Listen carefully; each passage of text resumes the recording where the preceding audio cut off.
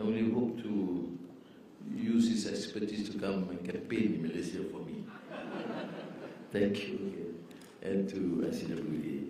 Now, I'm here on the invitation of Prime Minister Narendra Modi ji, and I must, on behalf of my delegation, thank him and Indian government for the hospitality and also the attitude, general attitude, beyond diplomacy, to consider us as great friends and to engage in a series of discussions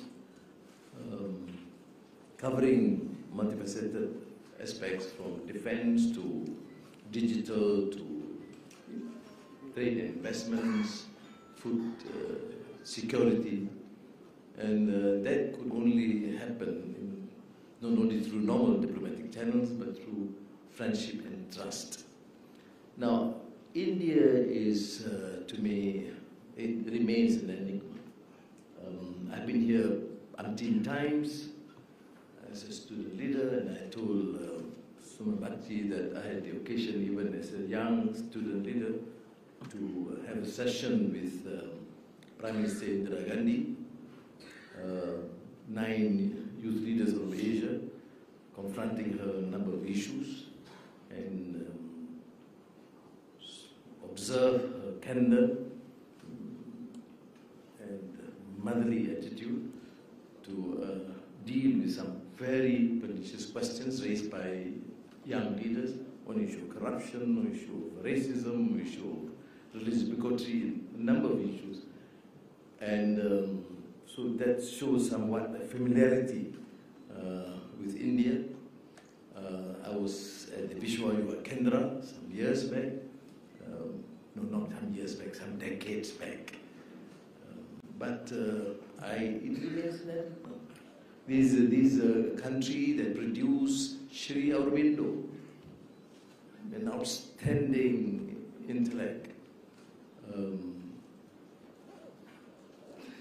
Leaders like Gandhiji, which is of course unique in his battle for freedom, for justice, for humanity. You have intellectual giants who became leaders in their own countries, Jawaharlal Nehru and Muhammad Ali Jinnah. And so how do I then compare myself listening to your kind remarks and to these great sages and towering intellectuals or intellectual luminaries?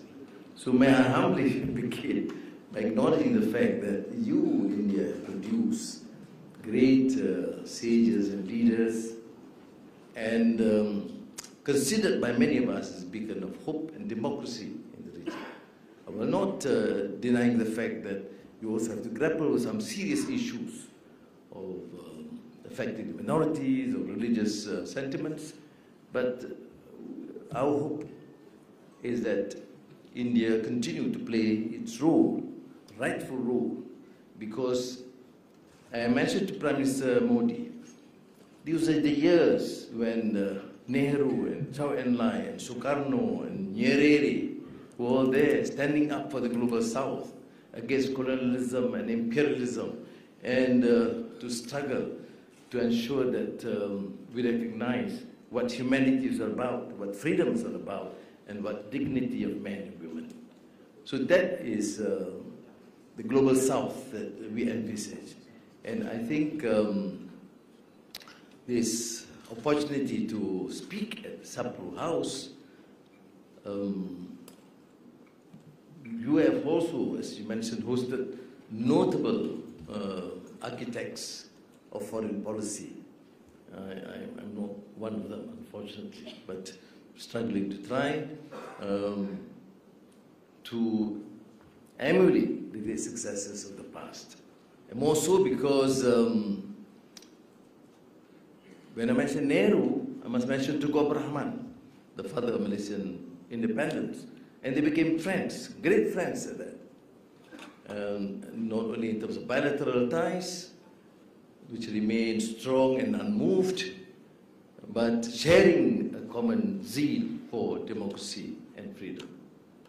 Today, in this era of uncertainty, we look back to our leaders for their ideas and efforts in shaping norms that have reverberated throughout the region and resonate with us now, more than ever. Whither do we go and what shall be our endeavor? That's a question in the Trees for Destiny, which was again mentioned or referred to, not this particular question, but by Prime Minister Modi in his speech. Now, that question was succinctly answered in dealing with the issue of the way forward. Nehru answered, to bring freedom and opportunity to the common man, to the peasants and workers of India, to fight and end poverty and ignorance and diseases, to build up a prosperous, democratic and progressive nation, and to create social, economic and political institutions which we will ensure justice and fullness of life to every man and woman. A very powerful, emphatic message to India and democratic nations throughout the world. In a world fraught with challenges and uncertainties, it is an unwavering commitment to these principles that will guide us towards a brighter, more just tomorrow. The legacy of the Founding Fathers is not merely a testament to their time, but a timeless beacon, urging us to dream, to strive, and to forge ahead with undaunted courage and unshakable resolve. Excellencies, ladies and gentlemen, keeping the theme of my lecture in mind, let me begin with the assertion that the Global South represents the reclaiming of a voice that can no longer be ignored in the emerging international order. As a driver of global prosperity, the Global South totally accounts roughly 40% of world GDP and around 85% of the world's population. By 2030, 3 of the 4 largest economies will be from the Global South, one of them, of course, being India. Now, the resurgence of Global South narratives and the desire for greater participation in the international system has pushed regional powers to the forefront, with opportunities to exert agency and shape the discourse around what a Global South agenda should look like. Indeed, at this geopolitical juncture, where strategic uncertainties and anxieties are commonplace, anchoring ourselves to pushing a common collective good with level playing fields for all should be the ultimate goal of a Global South agenda. An empowered Global South, as I see, is inevitable. There are now real opportunities to push the envelope on addressing global challenges on terms that we can set in consultation with one another.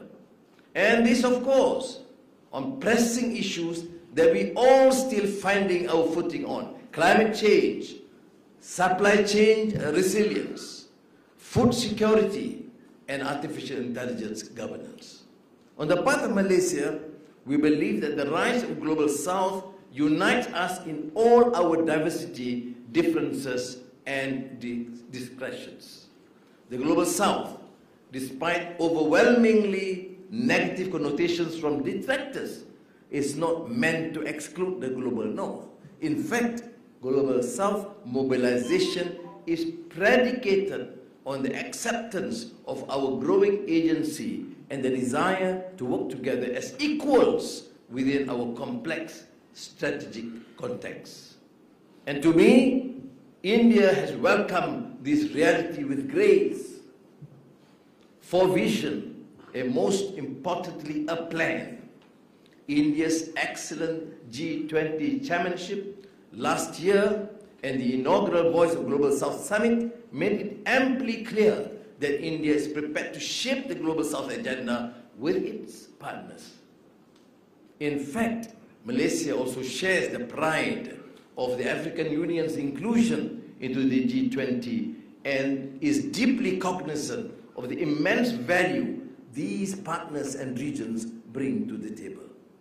While we have made significant strides in our bilateral cooperation, there is still much room for further strengthening. It was with that in mind that Prime Minister Modi and I earlier today agreed to elevate our ties to comprehensive strategic partnership. This will give due recognition to our shared priorities of connectivity, sustainable economic growth, green development, technological transformation, and delivery of public goods.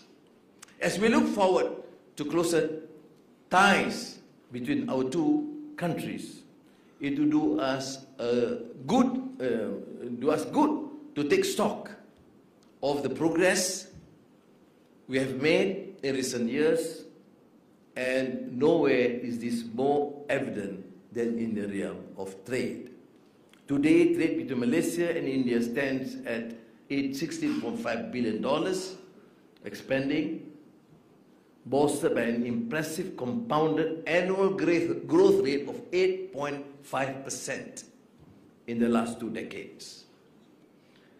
And more convincing in the last quarter.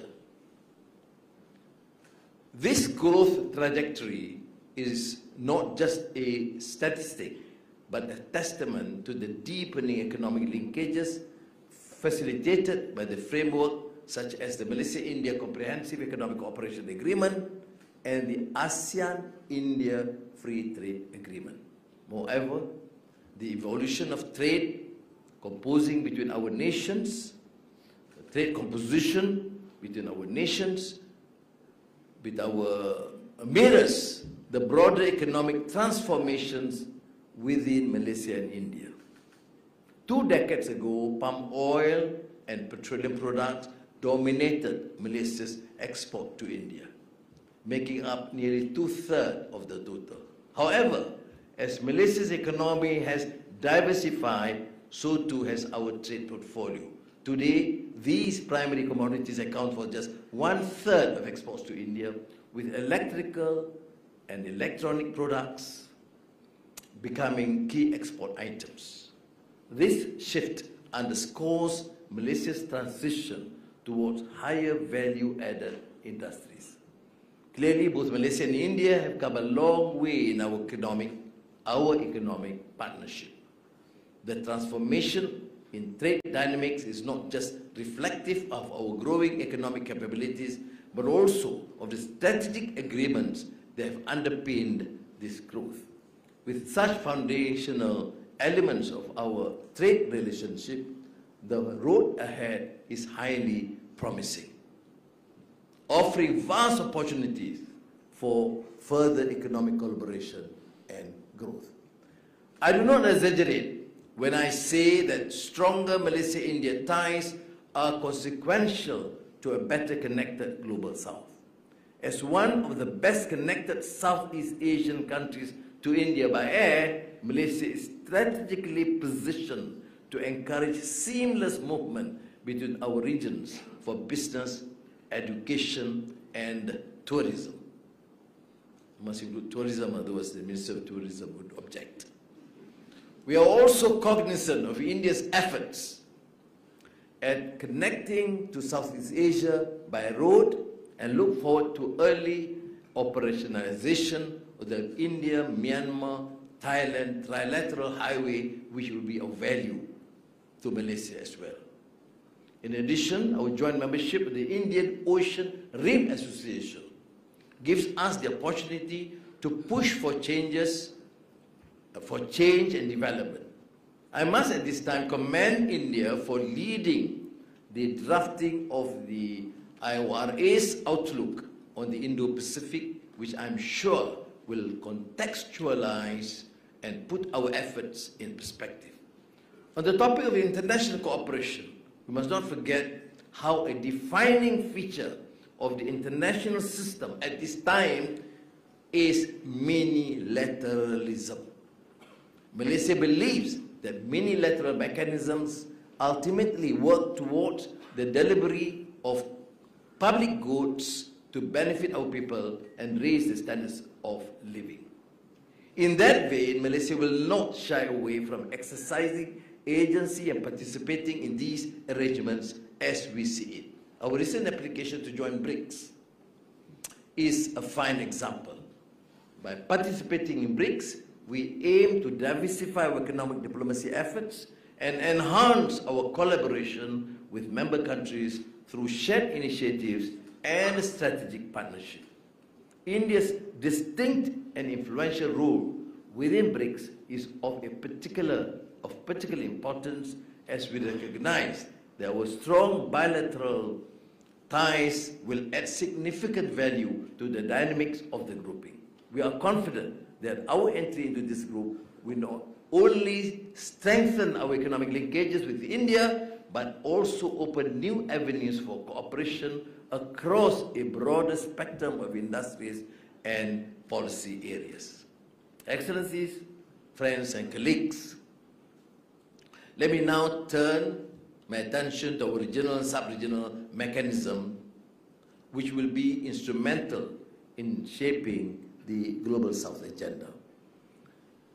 As upcoming ASEAN chair, Malaysia will not only focus on the strengthening existing ASEAN mechanisms and institutions and making them fit for the purpose, but also find synergies with other frameworks that are crucial for regional development and prosperity.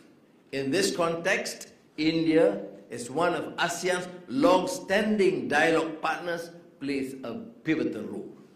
The ASEAN-India partnership has been instrumental in fostering economic growth, security cooperation, and cultural exchange across the region. We see great potential in deepening this collaboration, particularly as we seek to align ASEAN's priorities with broader initiatives that support the Global South. By working closely with India and other dialogue partners, we can ensure that ASEAN remains at the forefront of regional integration and continue to be a driving force for sustainable development in the region. Our centrality is pivotal because we can now engage with India, with China, with the United States and Europe that will strengthen not only ASEAN, but the trading, investments, and diplomatic skills and also engagements with other parts of the world. Now, secondly, enhanced engagement between ASEAN and the Bay of Bengal initiative for multi-sectoral technical and economic cooperation will not only connect our regions, but shed light on challenges, needs, and priorities which are not always considered mainstream.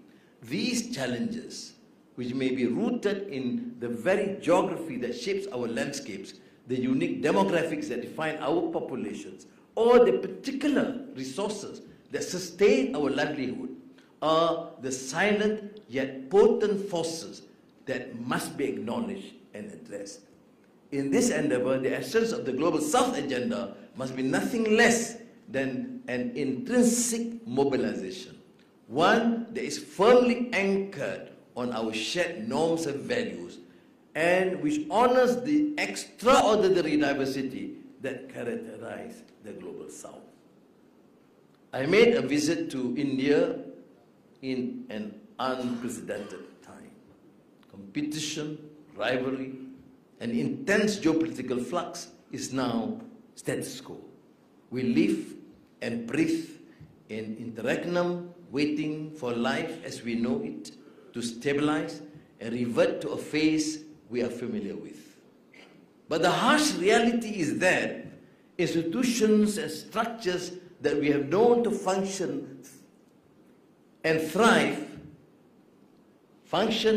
with can no longer respond effectively to the challenges of the day. India, as a rising power, has shown remarkable resilience and acumen in navigating the geopolitical uncertainties we find ourselves in today. India's unique multi-aligned approach, which requires an astute and adept compartmentalization of priorities and challenges, is worth learning from, especially from the vantage point of Southeast Asian country at the heart of the emerging Indo-Pacific order. Let me pause and reiterate that the relationship between India and Malaysia is forged on the anvil of robust, vibrant, and animated trade, commercial, and cultural ties. But above all, fortified through shared experiences, a common goal, and thriving on the familial bonds of kinship going back centuries. Our ties possess a formidable power to shape perceptions, a unique dynamic testifying to the extraordinary nature of our connection, one that transcends mere diplomacy and touches the very core of our shared existence. Whereas the Atlantic Ocean must bear the dark history of imperial expansion, gruesome colonialism, and chattel slavery, and the Pacific Ocean world is ready with tensions and at the epicenter of the renewal of the Cold War. Here in the Indian Ocean world, we can create a stable and resilient backbone for the global economy. We must say no to the naysayers who contend that multiculturalism, inclusivism, and shared prosperity are mere constructs of convenience that are impossible of fulfillment because, as they say, man is an economic animal driven by the instinct of self-preservation and self-aggrandizement. We reject such a notion, one that bears the wretched order of isolationism and venerates the false gods of exclusivism and protectionism, because we believe that no man is an island and no one people can prosper truly without the help and cooperation of others. Nevertheless, we cannot be blind to our innate and deep-rooted connections with the Pacific and Atlantic links. We are not in the business of building doors, let alone walls, but in fortifying the bridges that bind. The immortal words of Mahatma Gandhi come to mind. Hate the sin and not the sinner is a precept which, though easy enough to understand, is rarely practical or rarely practiced. And that's why the poison of hatred spreads in the world. Looming over us is the menacing threat of extremism in all its myriads, forms, and ill will, rancor, and animosity that are bred from absolute dogmas. Hindus, Muslims, Sikhs, Jains, Jews, Christians, Buddhists. That reminds me of the old Hindu, Muslim, Sikh, Nasara, Avarao, I think this is Raj Kapoor, whatever. We share sources of knowledge, and in that common treasury of memories, we vindicate our shared values of truth, of ethics, of humanity, and our innate desire for peace. We must stand against interreligious violence, from the aggressions we see every day to the politics of dispossession that violently uproots and displaces millions of Palestinians, and the genocide that continue to unleash the slaughter of thousands of innocent lives. We can all agree, regardless of our backgrounds, that this is certainly neither our higher calling nor the higher purpose of the human race, to put down and destroy one another. Friends and colleagues, the road we stand upon will not run smooth. We are poised at the cusp of formidable changes, movements in the world that set it spinning slightly differently with each circumrotation. And yes, there will always be hazards ahead, hidden in the shadows. But we must resolve to be fearless in facing them, remembering that true greatness lies not in avoiding the storms of life, but in weathering them with unwavering resolve.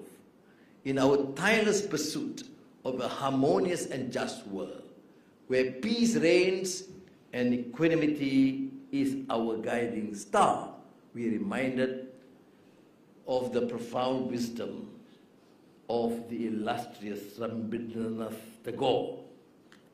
His words echo through the corridors of time, urging us to embrace not the comforts of safety, but the unyielding courage to confront adversity headlong.